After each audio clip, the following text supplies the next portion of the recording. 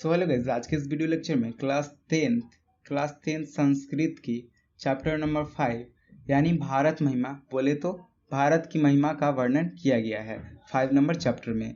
तो इसी चैप्टर को डिटेल में हम लोग इस वीडियो लेक्चर में समझने की कोशिश करेंगे। तो चलिए हम लोग पाठ परिचय को स्टार्ट कर लेते हैं भारत महिमा पढ़ने से पहले। तो पाठ परिचय क्या कहता है, यहाँ पे लिखने में मिस्टेक हो गया, छूट गया है। आप यहाँ पे लिख सकते हैं कि भारत महिमा का जो लेखक है, भारत महिमा का जो रचयिता है वह महर्षि वेद व्यास है। महर्षि वेद व्यास क्या है, भारत महिमा के रचयिता या लेखक हैं। सबसे पहले समझ लेते हैं कि भारत महिमा इसका मतलब क्या होता है। भारत की महिमा मतलब क्या? तो भारत की महिमा मतलब होता है बड़ाई, गौरव या भाग्य। भारत महिमा का मतलब क्या होता है? महिमा का मतलब होता है बड़ाई या गौरव। तो भारत की गौरव या भारत की बड़ाई को इस चैप्टर में बताया गया है। जैसे यहाँ पे लिखा हुआ, इस पाठ में भारत के महत्व का वर्णन किया गया है। ये जो पाठ है भारत महिमा, इस पाठ में भारत के महत्व की, भारत की गौरव की बड़ाई की गई है इस चैप्टर में। कौन से चैप्टर में? भारत की महिमा में। इस पाठ में कुल 5 पद है। इस पाठ में कितने पद हैं या श्लोक है? 5 श्लोक है या 5 पद है। पुराणों के 2 पद तथा 3 आधुनिक पद दिए गए हैं। टोटल कितने पद हैं? टोटल 5 पद है, जिसमें से 2 पुराणों के पद हैं और 3 आधुनिक पद हैं। कुल मिलाकर बात करें तो इस चैप्टर में भारत की गौरव के बारे में बड़ाई की गई है, भारत के बारे में बताया गया है। यहाँ पे देख लेते हैं, विष्णु पुराण प्रथम पद है। यानी टोटल भारत महिमा कितने पद है? 5 पद है, जिसमें से पहला पद जो है, प्रथम पद जो है, फर्स्ट श्लोका जो है वह विष्णु पुराण का है। द्वितीय श्लोका जो है, सेकेंड श्लोका या सेकेंड पद बोले, द्वितीय पद किसका है? भागवत गीता से लिया गया है। और तृतीय पद जो है और बाकी जो बचे 3 पद जो है यह आधुनिक पद या भारत महिमा से लिया गया है। कुल मिलाकर बात करें तो विष्णु पुराण से प्रथम पद लिया गया है, भागवत पुराण से द्वितीय पद लिया गया है या द्वितीय श्लोका लिया गया है, और आधुनिक पद या भारत महिमा से 3 पद लिए गए हैं। तो आई होप ये जो है पॉइंट समझ में आ गए होंगे आप लोगों को। तो चलिए हम लोग चैप्टर को शुरू करते हैं। जैसा कि हम लोग जानते हैं कि पहला पद जो है विष्णु पुराण से लिया गया है। तो इसमें क्या दिया हुआ है? देवता लोग गीत गाते हुए कहते हैं कि वे लोग धन्य हैं जिनका जन्म भारत देश में होता है। देवता लोग गीत गाते हुए कहते हैं कि वे लोग धन्य हैं, वे लोग पूजनीय हैं, वे लोग भाग्यशाली हैं जिनका जन्म जो है वो भारत देश में होता है। यह भूमि स्वर्ग और मोक्ष प्रदान करने योग्य साधन स्वरूप है। यह जो धरती है, क्यों ऐसा कहते हैं देवता लोग? क्योंकि यह जो धरती है यह स्वर्ग के जैसे है, मोक्ष प्रदान करती है, स्वर्ग के जैसा तथा मोक्ष को प्रदान करने वाली है यह धरती। इसलिए यहाँ जन्म लेने वाले को देवता के समान कहा जाता है, और इसलिए भारत देश में जो जन्म लेता है उसको देवता के समान माना गया है। विष्णु पुराण से श्लोक कहा गया है।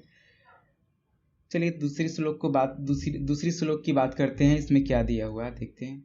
दूसरी श्लोक क्या कहती है? भागवत पुराण, यानी दूसरी श्लोक किससे लिया गया? भागवत पुराण से लिया गया है। देवता लोग इस देश के गुणगान करते हुए कहते हैं कि अहो, ईश्वर के द्वारा कितना सुंदर बनाया गया है। देवता लोग क्या कहते हैं? देवता लोग जो है भारत की गुणगान गाते हुए कहते हैं, गुणगान मतलब बड़ाई करते हुए कहते हैं कि अहो मतलब खुशहाली के समय में बोले जाने वाला शब्द जो होता है वह अहो होता है। तो भगवान लोग कहते हैं, देवता लोग कहते हैं कि अहो, ईश्वर जो है कितनी सुंदर से इस धरती को बनाए हैं, कितनी तरीका से, कितनी बारीकी से इस धरती को, इस भारत देश को बनाए हैं, जिससे मनुष्य भारत भूमि पर हरि के सेवा योग्य बन जाता है, और जिसके कारण भारत देश में जो भी व्यक्ति रहते हैं या भगवान की पूजा करने में लग जाते हैं। क्योंकि भारत देश इस तरीके से बनाया गया है क्योंकि वहाँ के लोग जो है देवता की पूजा करने में लग जाते हैं। मेरी इच्छा भी भारत भूमि पर जन्म लेने को है, अर्थात जिस पर ईश्वर की कृपा होती है वहीं भारत भूमि पर जन्म लेता है। और भगवान लोग सोच रहे हैं क्या कि मेरे भी इच्छा काश होती कि हम भारत भूमि पर जन्म ले लेते हैं। अर्थात जिस पर ईश्वर की कृपा होती है वहीं भारत भूमि में जन्म लेता है। और भगवान लोग बोलते हैं कि जिस पर ईश्वर की कृपा होती है, जिस पे भगवान की दया होती है, कृपा होती है, वहीं भारत भूमि पर जन्म लेता है, भारत देश में जन्म लेता है। अब आते हैं 3 श्लोक जो किससे लिए गए हैं, भारत भूमि से लिए गए हैं, भारत महिमा से लिए गए हैं। तो भारत महिमा वाले श्लोक को देख लेते हैं, क्या कहा गया इसमें।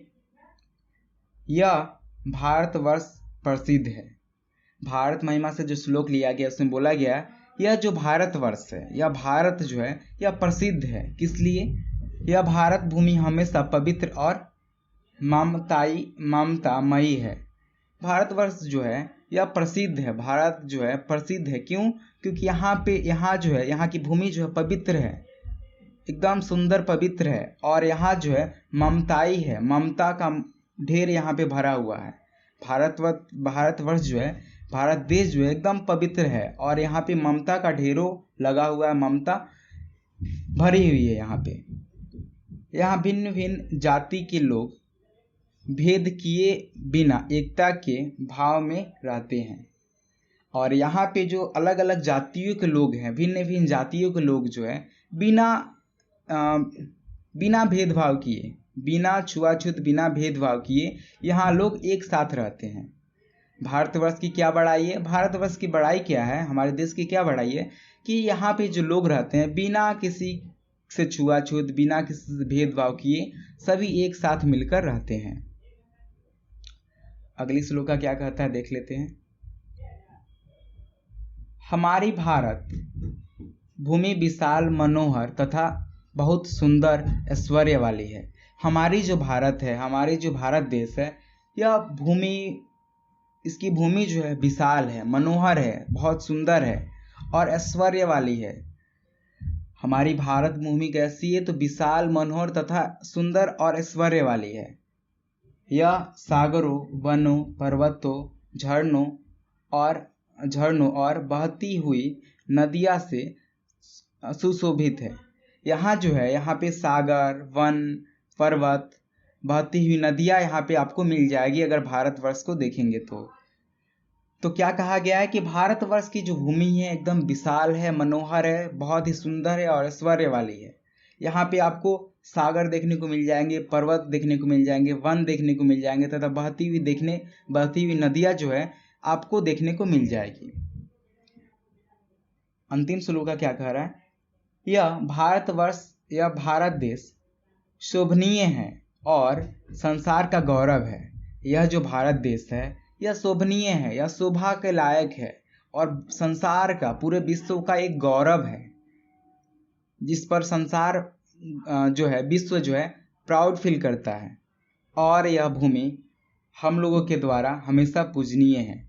और ये जो भारत भूमि है, भारतवर्ष जो है, ये हमारे लिए, हम लोग के लिए हमेशा पूजनीय है। हम लोग हमेशा इससे पूजा करते हैं, हम लोग इससे हमेशा पूजते हैं। यहाँ के सभी लोग की देशभक्ति सदैव आकर्षणीय, श्रेष्ठ और आदर्श से स्वरूप है। यहाँ के जो लोग हैं जिनके दिलों में देश के लिए देशभक्ति है, वह हमेशा सभी के लिए आकर्षित रहती है, श्रेष्ठ है और आदर्श रूप है।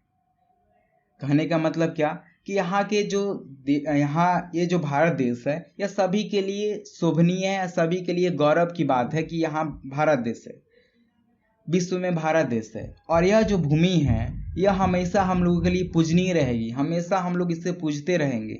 और यहाँ के लोग जो है उनके दिलों में जो देशभक्ति है हमेशा सभी के लिए आकर्षित है, सभी लोग प्यार करते हैं अपने देश से, आदर्श है अपने देश के प्रति। तो ये थे आपके भारत महिमा का टोटल एक्सप्लेनेशन। इसको पढ़ने के बाद आप जरूर ही अपने बुक के श्लोका को पढ़ें, और इसको पढ़ने के बाद आपको डेफिनेटली वो जो श्लोका है बहुत ही अच्छी तरह से समझ में आएगा। तो आई होप ये वीडियो लेक्चर आप लोगों को अच्छा लगा होगा। अगर अच्छा लगा तो ज़रूर आप कमेंट करें, सब्सक्राइब करें, और किसी दूसरे के पास भी शेयर करें। तो वीडियो देखने के लिए